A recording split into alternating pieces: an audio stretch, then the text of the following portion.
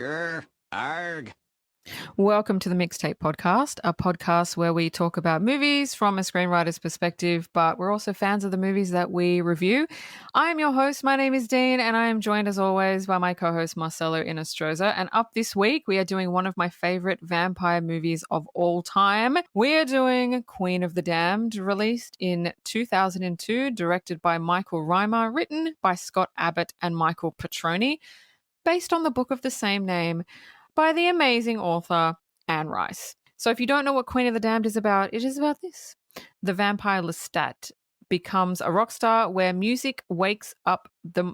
Fuck. Let's try that again. I can't read my writing again. Let's fucking edit, take two. The vampire Lestat becomes a rock star whose music wakes up the monstrous queen of the vampires. So the opening scene, we have the opening credits and we see shots of two marble statues. Now, we don't know, there's one man and one woman. We don't know who they are yet.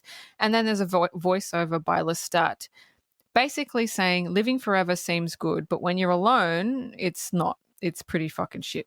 So he decided to go to sleep for 100 years, but was awakened by modern like rock music. And we see him tracking the sounds of this like rock band, finding a band, rehearsing.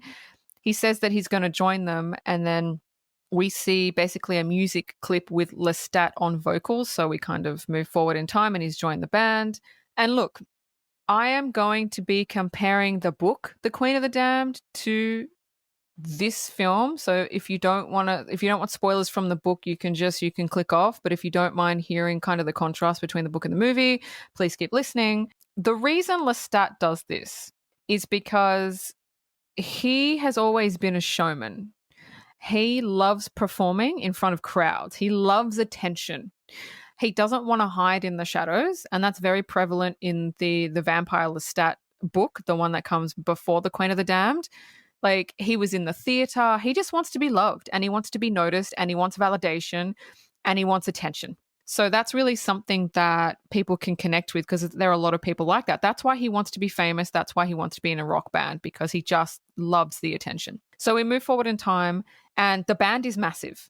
Massive, massive. Millions of people love them. He's basically outed himself as a vampire. He does a press conference and they ask, won't the other vampires be pissed off that you revealed yourself? And he says yes. And then he asks them to come out of hiding. And he also announces that he's doing a concert in Death Valley. The reason he does this is because he wants drama. He wants conflict. He's bored, right?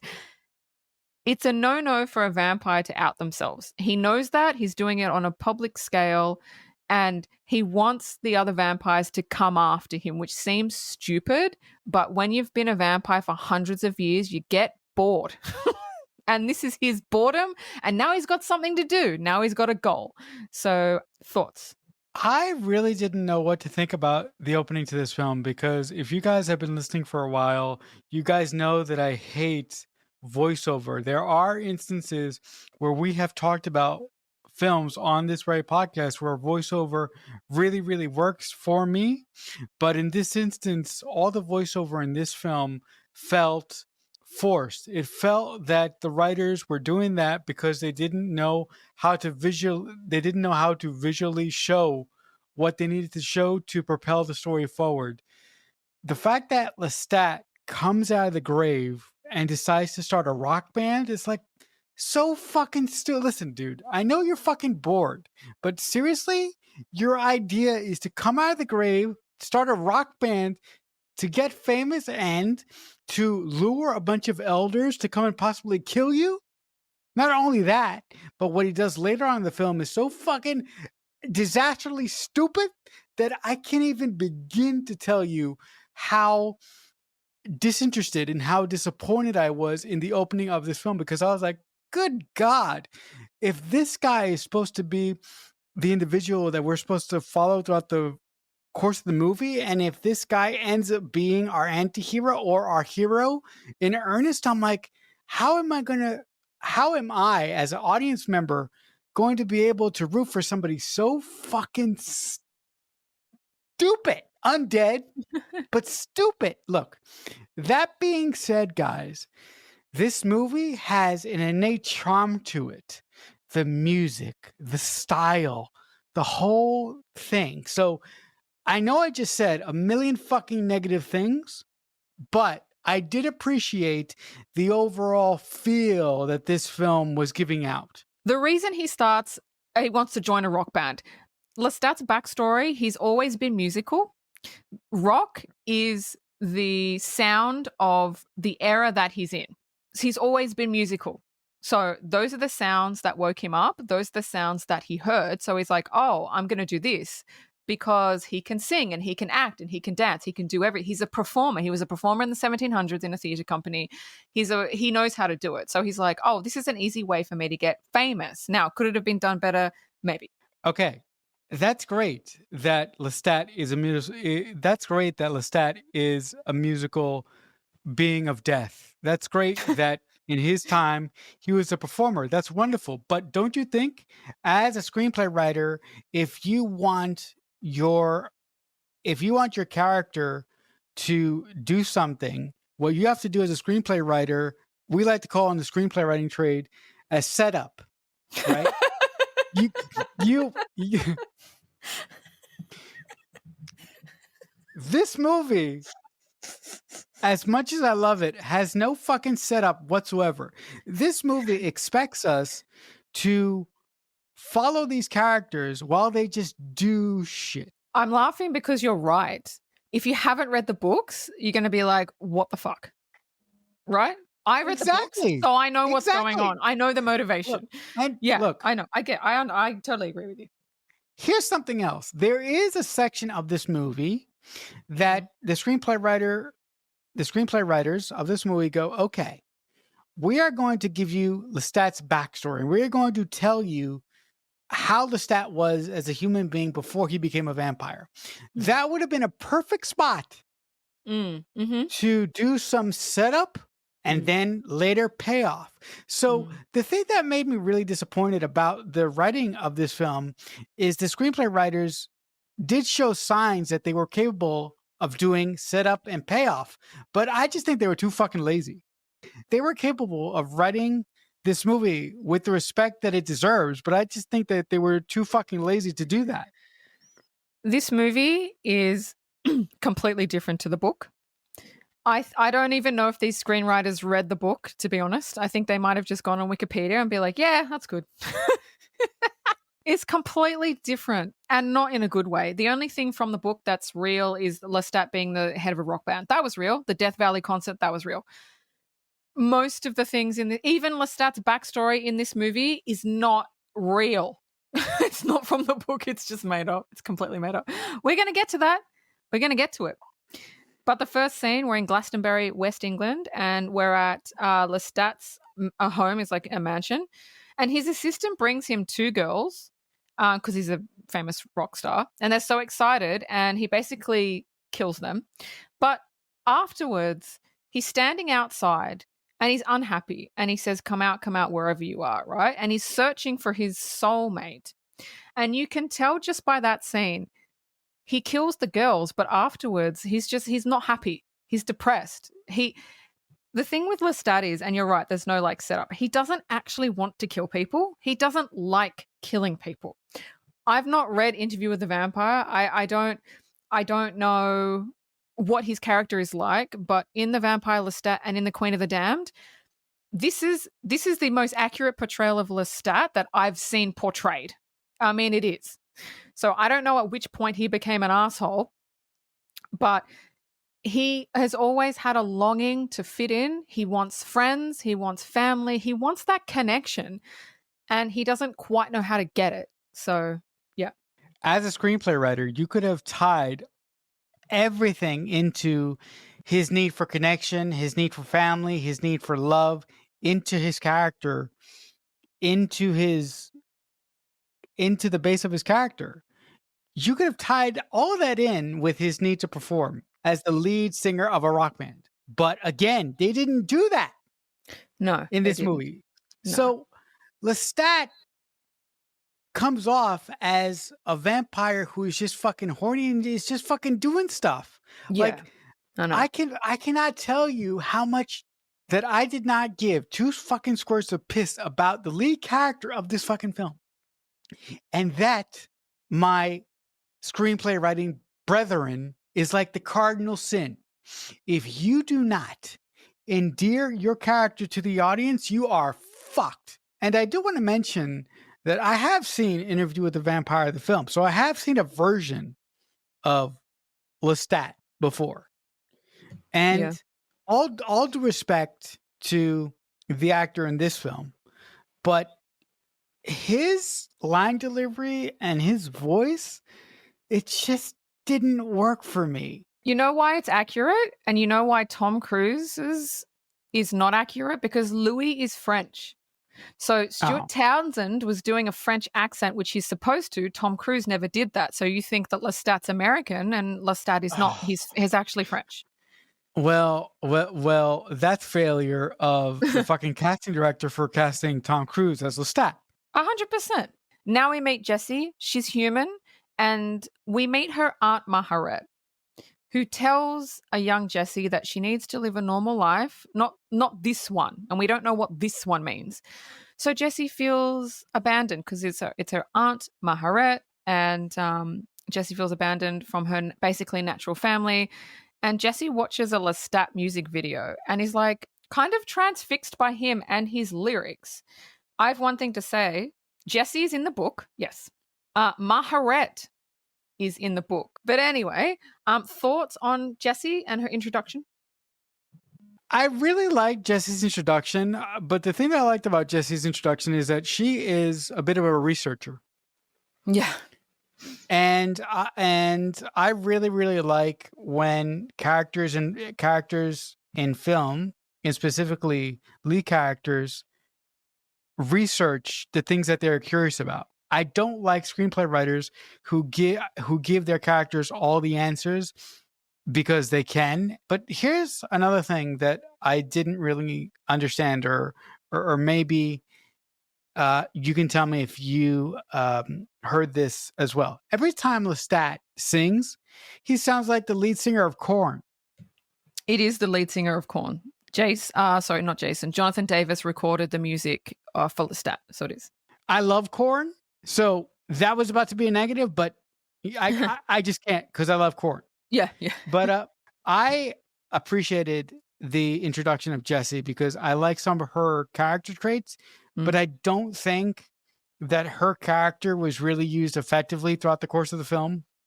I think that she was just a device to give Lestat somebody to care about, but their relationship wasn't built up enough for me to care. Correct. And it's completely different in the book. Of course it is. Is that a shock? By the way, they had a book and they decided to do this bullshit. Why? I don't know. I don't know.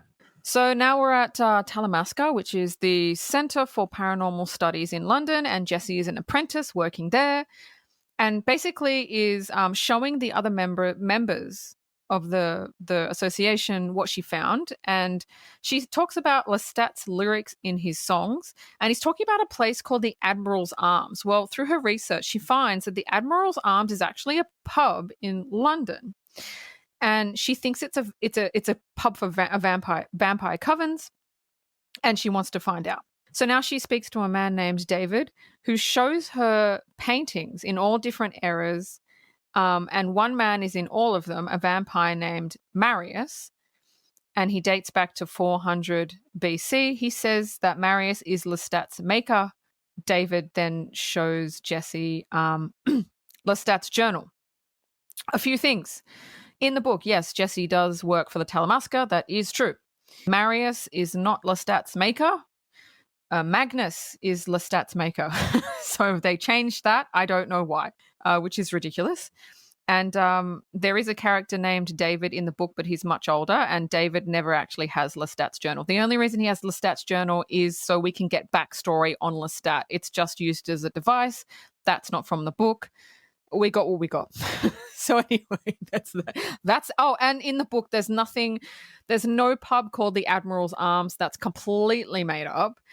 And so thoughts. Thoughts. I thought that David was Marius. Like they kind of look yeah, they do. Seriously, right? For 20 fucking minutes, I thought, wait a minute. For 20 fucking minutes, I thought, wait a minute. David is Marius. Holy fuck. They have a vampire in the group. And when I found out that that wasn't the case, I was so fucking disappointed. I was really, really disappointed.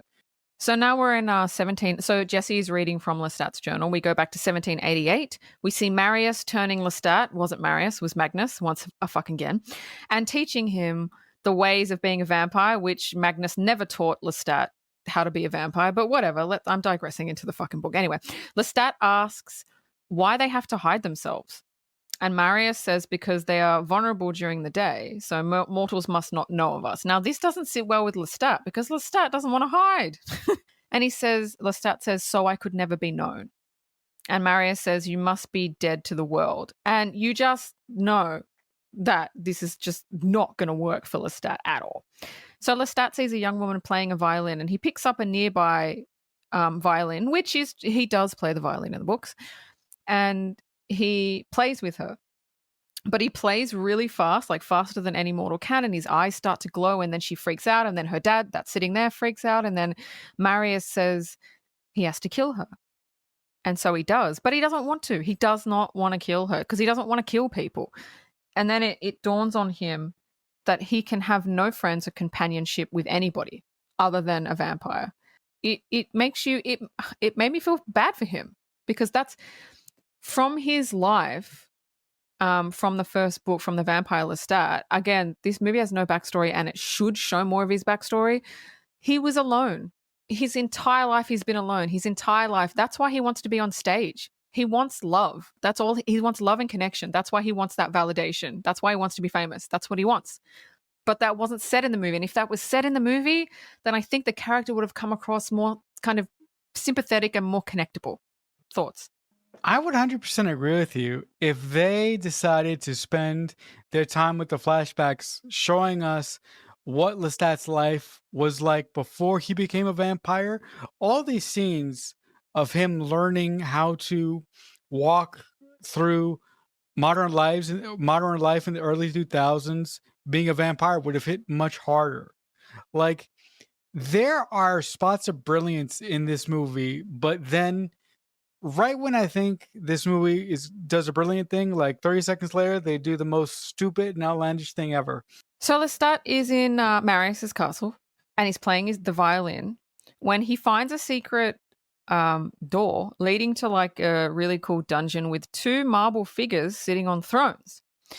This is Akasha and Ankle. Lestat begins to play the violin when Akasha stirs. This marble statue stirs and she lifts her hand up and Lestat goes up to her, bites down on her and basically starts getting flashes, then passes out. Marius finds him and explains that Akasha is their mother. She's the queen of all the vampires. Her and Ankle ruled over Egypt before ancient Egypt was like before the pharaohs and shit.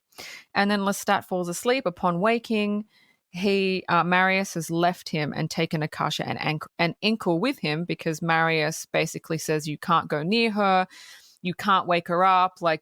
Marius is the one that is tasked to watch over Ankle and Akasha, which was never said in the movie, but he's the keeper of them and he must let nobody near them, which is why he keeps them where he keeps them. He's the keeper. Yes, it is. Look, it's true. Akasha and Ankle were the rulers of Egypt. That is a massive, massive part of the book. That is fascinating to me. What thoughts? Just thoughts. The most fascinating thing about Ankle and Akasha is that they were the rulers of Egypt and their bloodlust and the fact that they enjoyed being vampires so much that they almost killed the entire planet. That was the most fascinating thing about them. And the fact that the screenplay writers didn't take time to go into backstory about that was like the most disappointing thing to me. The other thing that was really annoying to me, if these vampires are so fucking dangerous, here's an idea. Why don't you put them both in lead coffins and drop them into the fucking ocean? Because Why? because they're the king and the queen. That's why they have I respect don't give a for them. I I don't know, I don't give a fuck. I know you don't, but they do. What year was this movie made? 2002. Okay, there. You know what? I'm gonna let it go.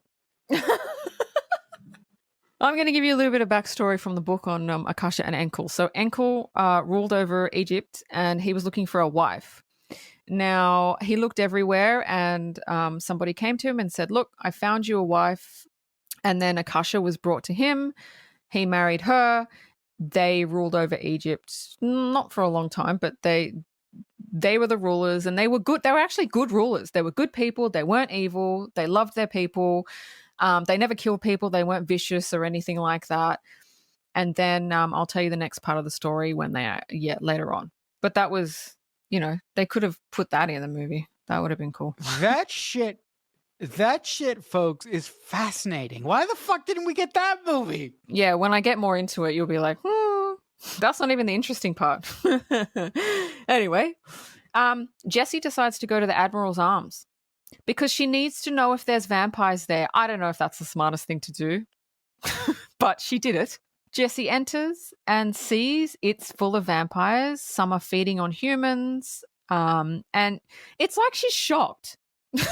It's like you went there knowing that it would be vampires, but you're shocked that there actually are vampires.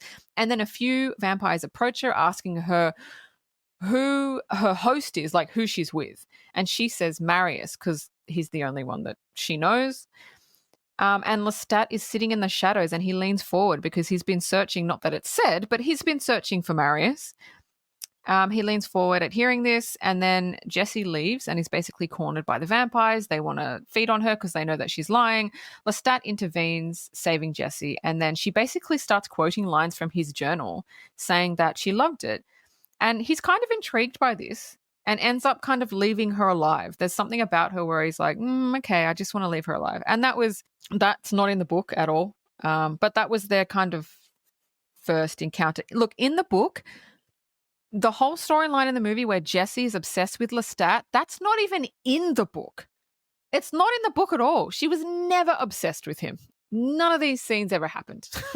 But they had to make a love story. The love story is not a thing in the book. It's not a fucking thing. But anyway, thoughts? Okay. Jesse going to the Admiral's Arms and being shocked when she steps in there and sees a bunch of vampires feeding on humans is a bunch of bullshit. Doesn't Jesse work for an order that monitors vampires? What the fuck? Her going there and her losing her... Oh, good God. The writer's trying to connect Jesse and Lestat and trying to suggest to the audience that they're going to be the Romeo and Juliet of this movie is ill-advised because they did not spend any time at all.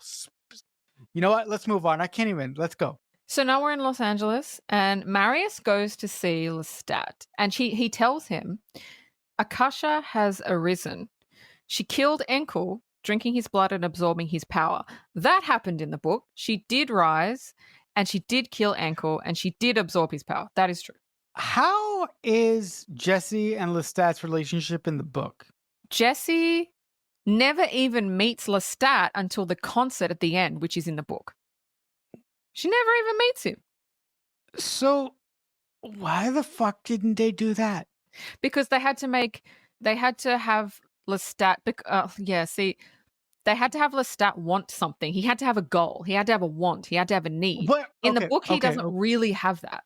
What does he have in the book? Like, is the book essentially the telling of his life?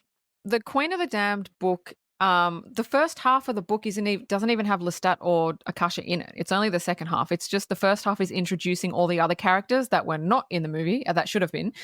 The second half is about his relationship with Akasha and learning a little bit more about him, but he doesn't have wants and needs. It's just about how him and Akasha kind of play off of each other. Okay, listen, that makes me understand why the writers did what they did, But listen, I still don't forgive them for it. They shouldn't have done it. Mm. But hearing that gives me some understanding to the ineptitude of this script, but it still is inexcusable for Yeah. me.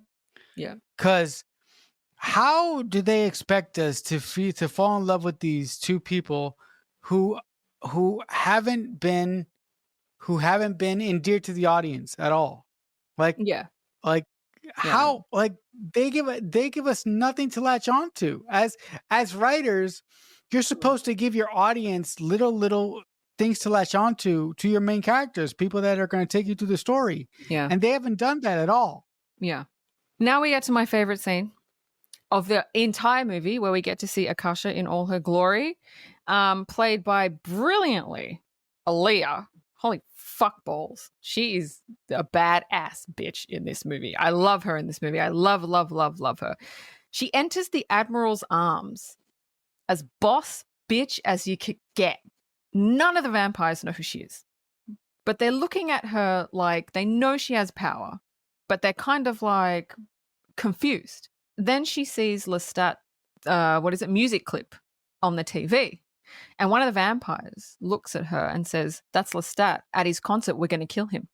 And she looks at him deadpan and she goes, "Is that what you're going to do?" And she just eyeballs him. And he's just like, yeah. She's like, okay. And she's so cool and she's so calm. And I love the outfit they put her in. Now, the song that plays when she enters the Admiral's arms is my favorite song on the soundtrack. Now, in the movie, it's sung by Jonathan Davis, lead singer of Korn. On the soundtrack, Jonathan Davis actually couldn't record for the soundtrack. So they got different artists to re-record the songs, right? The song System that plays in the Admiral's Arms where she walks in is actually recorded by Chester Bennington of Linkin Park. And I think it's a far superior version of it. And I love the song. So anyway, she goes in. She's all about Lestat, which is from the book. She's obsessed with Lestat. She basically fucking kills everybody. She just fucking kills everybody. She burns them. Nobody can touch her. Nobody goes near her. And it's like the best scene in the whole effing. And then she just walks out like nothing, like whatever, nothing. It's like nothing can touch her. She's the fucking queen. She's a goddess. And I absolutely fucking love that scene. Thoughts? This is my favorite scene of the entire movie as well. First of all, God bless Aaliyah. Her performance in this movie was amazing. The thing that I love about her performance is it's so dry and so deadpan. And I love the moment when she walks up to the one vampire and she just looks at him. And at first, you think that she's choking him out because he gets kind of stiff. But a minute later, she takes out his fucking heart and she eats it. I'm like, this bitch is amazing. I would die for this bitch right now. She is she's so fucking badass and she demands attention. So I'm like, God damn it, this is how you introduce a fucking vampire. Yeah. This is how Lestat should have been introduced. But Yeah. but listen, but of course lighter, because Lestat is supposed to be your hero of your piece. But when you are rooting for the fucking villain, that's a problem. And also, one word about Chester Bennington's lyrics as the Queen comes into the pub. I love Korn, but I do agree with you. Chester did a magnificent job with this rendition of the song. He did a marvelous job with it. I still listen to it now. It's still on my Spotify playlist. I love it. I absolutely love it. So good. It's the only thing in the movie that's completely different from the books that I actually agree is better than from the books. I can't even remember how they introduced Akasha in the books. I don't think it was that interesting. Yeah. I'm gonna ask you a question at the end of the movie, at the end of the podcast. So now we learn that all the vampires are basically pissed at Lestat and they want Lestat dead because, like, he's outed them all and you can't do that. And they're going to kill him at the concert. They're making a concerted effort. We're going to kill him at the concert. Lestat doesn't care.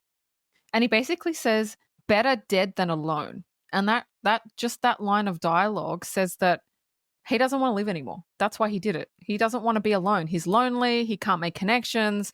He wants to fucking die, which is why he's doing what he's doing. And that gives him a little bit of kind of depth. Lestat's manager gets 2 girls, again, like at the beginning, to go to Lestat's place. But one of them is Jesse. And she gives him his journal back and then asks him to turn her. This is where I go, where did this come from? There was no backstory on this. She never said that she wanted to be a vampire. Like there's no like there's you know what I mean? Like there's no, it doesn't make, I was like, dude, that fucking doesn't make sense at all. But I love this. Lestat, this is more depth to Lestat. He goes, oh, you want me to turn you? Okay, I'm going to show you. So he takes her to a park. And he kills a woman in front of her and he says, do you still want me to turn you? And she just looks at him. He wanted to show her like it's not, it's not like a seduction. I'm going to kill you. You're going to die. And he just walks away because he likes her. And that, I think that gives him a little bit more depth. Like he doesn't want to kill anybody and everybody. He wants connection. So thoughts? The writers are giving small little pebbles of depth to the character of Lestat now, but it's too fucking late. They should have done this in the first 2 acts of the movie. Because if they would have done this in the first 2 acts of the movie, what happens between Jesse and Lestat, specifically when Jesse comes to Lestat and asks Lestat to turn her into a vampire, which I'm 100% with Dean on. Where the fuck did that come from? From like the moon? Yeah. Nowhere. What the fuck? I don't know. Like, seriously? Yeah. Oh, I appreciate that the writers are giving Lestat depth now. But like I said 2 seconds ago before I lost my mind, it's too fucking late. So now we're at Death Valley, California, and we're at the concert. And Can I ask you something? Yes. Did you appreciate the title cards at least? Oh, yeah. I love title cards. I hate it when there's no, it's like, oh, now you got to work out where you are, how long it's been. No, give me the title cards. I love it. So the concert begins and there's like hundreds of thousands of people. Like it looks really, really cool. Jesse is there and we can see the vampires closing in on the stage as Lestat is performing. And they basically, they jump him or they try to, and he kind of pushes them off. Now Marius gets on stage and he's helping Lestat because he's Lestat's maker. He helps them fight him off. And then all the vampires start bursting into flames randomly. And then Akasha appears being a boss bitch, like from the bottom of the stage, like a Taylor Swift fucking thing coming up, right? And she's like, I'm here. Not that she says that, but it's like, and nobody knows what to do. Nobody knows what to think. And then she grabs Lestat and they basically fly away. Now, yes, in the book, she can fly. So that's true, I guess. But that was a really, really cool scene, I thought. Really cool visually. This sequence was amazing. It was absolutely amazing to see the vampires rush the stage and to see Lestat and Marius lay waste to them. But like Dean, when the Queen of the Damned came from the bottom of the stage like a fucking Taylor Swift concert, I lost my shit. And it was just a wonderful, wonderful scene. So basically, Akasha brings Lestat back to like a random mansion, I guess, where she basically seduces him. Okay, this is the part I think you were talking about. She seduces him and then he's able to walk in the daylight. She says you can do this because of her blood, right? Oh, okay. She's the first vampire. This is not a thing in the book. Akasha could never walk in the daylight and she could never give people the power to do that. So that's completely made up. Another thing that's made up. Why do you think the screenplay writers made so many concessions? I don't think they read the book, to be honest. I don't know. But they didn't. How can you maintain any kind of professional integrity if you don't read the book that you're adapting? What I mean, you come on. You can't. Are you fucking kidding me? Even Anne Rice fucking hated the movie. She was like, okay, they just decimated my book. And she's not wrong. They did. So listen, that whole scene obviously never happened. It is such a cool scene. She brings him to a church and she goes inside the church and it's hundreds of people inside and she tells all the women to leave and they all leave. So there's just men in the church and she turns to Lestat and she says, I want you to kill all the men. And then she locks him in and she goes, "You're not leaving until all the men are dead." And he's like, now there's a reason she does this, which I will get to. So he ends up killing her. He doesn't want to, but he's got this thing in the book where he has to do what she says. It's like a compulsion. So he ends up, it's a really cool like massacre scene of him killing like hundreds of men in this church. And I'm like, why wasn't that scene? Where was that scene? That would have been the way that Anne Rice described it. It's so cool. I'm like, you have this shitty scene where it's like she seduces him, which that never fucking happens. Or you could have had this really cool, like, I don't know, was there budget constraints? I don't know. But that they could have had that and they didn't. Thoughts? Why the fuck didn't they have that? God damn it, that sounds amazing. Yeah. That proves my point from before. This movie had so much potential. Oh my God. But the writers and the people behind it didn't want to do that for some specific reason. I don't know if, like Dean said, it had budget constraints or what the fuck. But this movie could have been so much more, but it just wasn't. I don't know. So now we're in the Mojave Desert, California, and Jessie walks into an old home greeted by her aunt Maharet and others, including Marius. Now they want to kill Akasha because she basically will destroy the world. First of all, the other people in this scene are integral characters in the book, and they're not even fucking named in this scene. And I'm like, wow. Why the hell don't we know who these people are? Huh? I guess they thought that it didn't matter. Oh, good God. Did these... I can't. Go ahead. Okay, now their whole thing is Akasha's going to destroy the world. We have to destroy her. What Akasha's real motive is far superior to, she doesn't want to destroy the world in the book. That's not what she wants. I'm going to tell you in a second. But first of all, I'm going to tell you about Maharet, because I said she was an integral character in the book. So there's twins. There's twin sisters, Maharet and Maharet. And they're 6,000-year-old witches, right? So just in that, you have a really kick-ass storyline. And they've got really long, beautiful red hair. So that's one for you, Marcella. The story goes, Maharet and Maharet were summoned by Akasha and Ankle because Maharet and Maharet could speak to spirits, and Akasha wanted to know questions from the spirits. Now, the spirits refused to answer because they could see that Akasha's questions weren't really coming from a place of goodness, and Maharet and Maharet were good witches. Like they didn't do anything negative, right? So the spirits basically just refused to answer Akasha's questions. Well, Akasha got the shits. Right? Akasha got the shits, and basically the twin sisters were like, we can't do anything. If they don't want to answer, they don't want to answer. Anyway, Akasha ended up, like I said, getting the shits and decided that she was going to take Maharet's eyes and Makari's tongue because they wouldn't answer her questions. So that's what she did. What happened after that is Makari was so pissed off that she summoned an evil spirit to basically torment Akasha and Ankle for what they had done to them. But what she didn't realize was this spirit was so strong that when the people rose up to fight Akasha and Ankle, they killed Ankle and Akasha, but this spirit was so strong that this spirit actually brought Akasha back to life, molded its spirit with hers, putting it back into her body, thus creating the first vampire that Akasha is. So Akasha came back to life, her body healed, and then she turned Ankle. But they had this massive, massive bloodlust. And right, this is the story. They had this bloodlust and they didn't know what to do with it, right? They just kept killing all these people in Egypt. And I'm like, where the fuck is this story?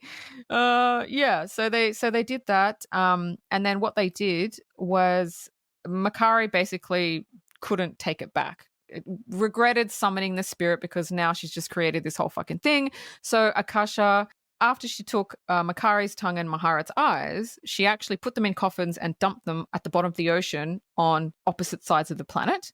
Where the fuck is that in the movie? That's really cool. So they got out, and these twin sisters have been roaming the earth searching for each other for 6,000 years because together, oh, sorry, I should have said, before they were dumped in the ocean, they were actually turned into vampires. So they're vampire witches, right?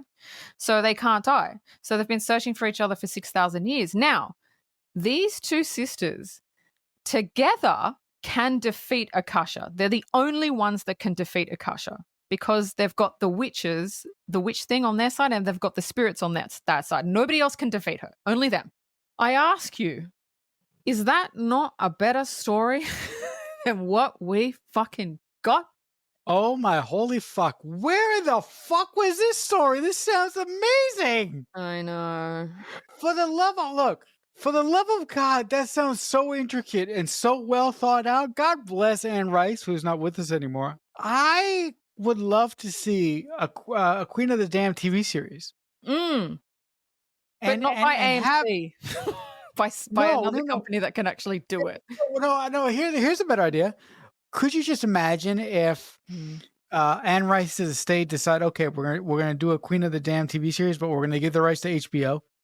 Oh, yeah, it's amazing. It's amazing. That sounds so more intricate than the. It's so good. It's so like there's stuff I'm not even mentioning because it's just it's too much. Your description actually made me want to read the book. So, all these vampires that you don't know who the fuck they are, and this is not in the book either, are talking about how we're going to take out Akasha. And then Akasha enters and tells them to join her or die. And I'm like, okay. And they all refuse. Now, what did she really want in the book? Because they never mention it, and it is pretty fucking cool. They could have done it. In the book, this is what Akasha wants. She doesn't want to burn the world. She loves the world. She doesn't want to kill everybody. This is not what she wants. She wants to make the world a better place. She doesn't even want to rule the world. Akasha, her whole plan, and this is why they're all against her, her plan is she wants to kill 90% of the men in the world because they are the root cause of all the wars, the violence, the crimes, and the abuse of women. If she left 10% of the men in the world to repopulate, then the women of the world could teach them better ways of being, basically starting the world over again without the negativity. Now, I agree. Okay. I'm sorry. I kind of agree. I know a lot of men are going to be like, fuck this bitch, and like unsubscribe. But if you really think about it, she's not wrong. I'm with you, Dean. That is an ingenious plan. Yeah. And I guarantee you, if somebody somewhere could actually do that, I guarantee you that our world will be a better place. Yeah. And it's not about feminizing men at all. No. No, it's not about that. We need the masculine men. We need them. Yeah, right? Yeah, we don't want the fully feminine. No, that's not what she's talking about. No. She just wants the slate to be wiped clean because she thinks the world is unfixable at the moment. So just wipe them out and let's just raise them to be good men that respect women, that don't want war, that want positive things, that, you know what I mean? And like, it's like, why wasn't that in the movie? That is such a good motive for her character instead of just, I want to kill the world. And it's like, okay, well, that's just stock standard bad guy shit. It goes back to what I just said before. At the time that this movie was made, the Hollywood studio just wanted to make a sexy vampire movie. They didn't want to make a sexy vampire movie with a real message about society. Yeah, that's true. That is why I think this material would work so much better today, because Hollywood of today, they want to make content that is elevated. Yeah. Mm-hmm. And just by that description that Dean just gave us, that this is prime elevated content. This is what companies like Warner Brothers, companies like Peacock, companies like Apple. This is the kind of shit that they want. Yeah, I know. That description should have been this movie. And like, I'm so disappointed. I'm so heartbroken. I know. Me too. So Akasha tells Lestat to kill Jesse to prove his love for her. So he bites Jesse and then asks for Akasha's blood. And she agrees. But he starts taking a lot of it and like basically draining her of her strength. And then the other vampires jump on her and start draining her until Maharet takes the last drop of Akasha, basically. And Akasha basically disintegrates, and Maharet is turned to stone because she took Akasha's last drop of blood. And then Lestat gives Jesse his blood. That is absolutely not what happens in the book at all. What happens in the book is Akasha does come in with Lestat, says her piece about what I said about killing the 90% of the men in the world. Maharet is there. Now, the story is told by Maharet, like the whole backstory. She's there telling her backstory, right? She's been searching for Maharet for 6,000 years. She doesn't know where she is. The connection is lost. And then in the middle of the conversation, Maharet comes in. Just very chill, just comes in. And her and Mahara, they don't even say anything to each other because they've got this telepathic link. And then they just fucking kill Akasha because they're the only ones that can. They behead her, basically, in front of everybody. And I'm like, that is badass. Because in the book, it is actually said she's not defeatable. But Mahara knows that her and Maharet together can defeat Akasha, which is why she's been searching for Maharet. So it makes sense that those two together, their combined powers can actually overcome Akasha's power and kill her. So, like, where the fuck is that? I don't know. That's far superior, and that makes more sense. Okay, first, the ending of this movie, rubbish. Second, the ending of the book, brilliant. Yeah. Onward. So we're at the Talamasca HQ in London. We're in David's office, and Lestat and Jesse enter. David sees Jesse is a vampire now, and Lestat returns his journal to David because Lestat doesn't need it anymore. And then they leave, and then Marius enters, basically saying hello to David, implying he's going to turn him, but we never see it. And then we cut to Jesse and Lestat walking towards Big Ben, basically on Westminster Bridge, holding hands. So they're together now. He's found his soulmate. The end. That's not in the book. The reason that Marius is there to turn David is because no human can know. So yes, he's going to turn David. That didn't happen in the book at all. David was already turned. It wasn't. Yeah, that's not in the book. Jesse. Okay, in the book, at Lestat's concert, Jesse gets injured because there's so many people and she's going to die. And they had to turn her in order to save her life. It's not actually Lestat that turns her. And another thing about Jesse is actually a descendant of Maharet and Mahara. So she's got this red hair in the book, and she is actually related to them down the line because I think it was Maharet that got pregnant before she was turned into a vampire. She had a baby, and then it just went down the line until it hit Jesse. So yeah, there was never a love story between Lestat. Lestat didn't change her. They weren't soulmates. They didn't want to change Jesse in the book, but they had to because she was going to die because of her injury. So that's it. That's the end of the movie. And that's the end of the book. I understand so much now why Anne Rice hated this fucking movie. Yeah. Like, I just totally get it now. But this movie had so much potential. Like it was all there, but they just didn't do it for whatever reason. Trivia? What's the question you wanted to ask? Oh yes. Thank you for reminding me. The question that I want to ask you is, how would you have written a script for this movie? I would like it to be a TV show. I think it's too much to be a movie. There's way too much information, and you would be selling yourself short. So it would have to be at least a 10 to 12 episode thing. Okay. I would focus on ancient Egypt, Akasha's story, Maharet and Makara's story. That's what I would focus on because it's called The Queen of the Damned, not Lestat and Jesse. That's what I thought you were going to say. So I'm so happy that you said that. Yeah, because it's just so interesting. Anyway, Yeah. I'll go to my trivia. This was interesting. Aaliyah passed away very, very shortly after production, after she finished filming her scenes for this movie. And she couldn't do additional dialogue recording or redubbing, right? And they needed her to. So the director actually asked her brother to do it because they have similar voices. And when he recorded his right, I know. Sorry, I'm looking at myself. He's like going, what? They have similar voices, right? So when he recorded the ADR, all they did was adjusted the sound to make it sound more feminine. Okay. I mean, God bless audio engineers. Come on. God bless them. I mean, but God bless them. Lestat's concert, they actually had 3,000 extras. Oh my God! Don't you miss the old days? Because today they would fucking digitally put all the people.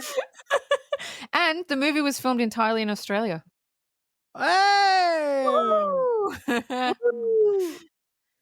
Okay, this was interesting. Stuart Townsend, who played Lestat, actually took the role after being let go from The Lord of the Rings in the role of Aragorn because he was too young.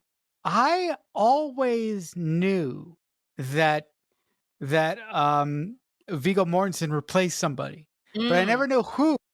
Mm-hmm. And now I do. It's amazing. Yep. So my last piece of trivia is Josh Hartnett and Heath Ledger were both considered for the part of Lestat. Okay. Both of them would have done a better job than this actor did. No, I like Stuart Townsend in this role Really? because Okay. he's the only one that portrays Lestat how Lestat is. Right? Okay. So my bias and my problem, like I said before, is a problem that my first experience with Lestat was with the wrong guy. Like, yeah, look, the only problem, and it's not even a problem, is Lestat is blonde. And obviously Stuart Townsend isn't, but it's not a big issue for me. no, it's I not. don't No. think, look, in the book, when Lestat was turned, he was 20. So he was very, very young. And as we know, vampires don't fucking age, right? In Interview with the Vampire with Tom Cruise was clearly not fucking 20. And he wasn't No, he was French. not. And even No, in the he was TV not. show, Interview with the Vampire, the guy that they cast to play Lestat is not 20. He's clearly in his mid 30s. So I don't. I don't. Why I do don't know they why keep doing this? I don't know. Anyway, that's my trivia. So shall I end it? Take us home. I hope you've enjoyed our review of. I was going to say The Vampire Lestat. That's the book. We're doing Queen of the Damned. I hope you've enjoyed. If you would like what we have to say, please consider subscribing and liking our content. If you want to email us, you can email us at themixtapepod@aol.com. Next week, we have one of my favorite movies of all time, of any movie ever made. We're doing Tremors. I love Tremors. We're doing Tremors, so please, please, please join us for that. And as I always say every week, if someone is kind enough to make you a mixtape, that must mean that they really love you. The Mixtape Podcast is a Balloonhead Productions presentation.